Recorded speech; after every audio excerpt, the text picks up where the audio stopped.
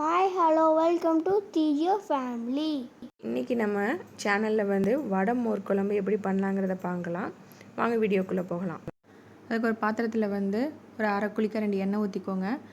ஒரு table spoon கடுகு போட்டு கடுகு பொரிஞ்சதும் ஒரு 7-8 வெங்காயம் நறுக்கி வச்சுருந்தேன், அதையும் போட்டு ஒரு சின்ன தக்காளி அது போதும், அதையும் போட்டு நல்லா வதக்கி விடுங்க.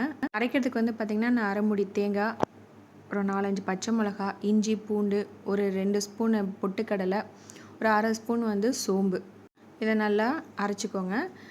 அரைச்சிட்டு அதை பார்த்திங்கன்னா இந்த வதக்குன அந்த வெங்காயம் தக்காளியில் போட்டு 1/4 ஸ்பூன் மஞ்சத்தூளையும் போட்டு அதையும் சேர்த்து நல்லா வதக்கி விடணும். தேவைக்கேற்ப உப்பு சேர்த்துக்கோங்க. நான் இந்த மோர் குழம்புக்கு வீட்டில் தான் பருப்பு வடை செஞ்சுருந்தேன், அது நல்லா கிறிஸ்பியாக நல்லா வந்திருந்தது.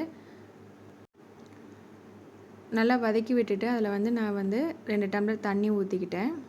இது ஒரு 5 நிமிஷமாச்சும் நல்லா கொதிக்கட்டும். புளிச்ச தயிர்னா நல்லாயிருக்கும். அதை இது மாதிரி நல்லா கிண்டி விட்டு அந்த கொதிக்க வச்ச குழம்புல ஊற்றி உடனே ஆஃப் பண்ணிடணும்.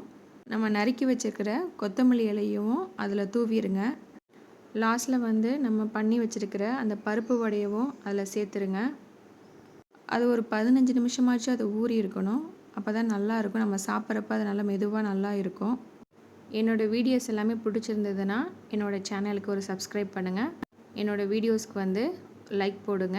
உங்களுடைய ஃப்ரெண்ட்ஸ்க்கு ஷேர் பண்ணுங்கள். தேங்க்ஸ் ஃபார் வாட்சிங். பாய்.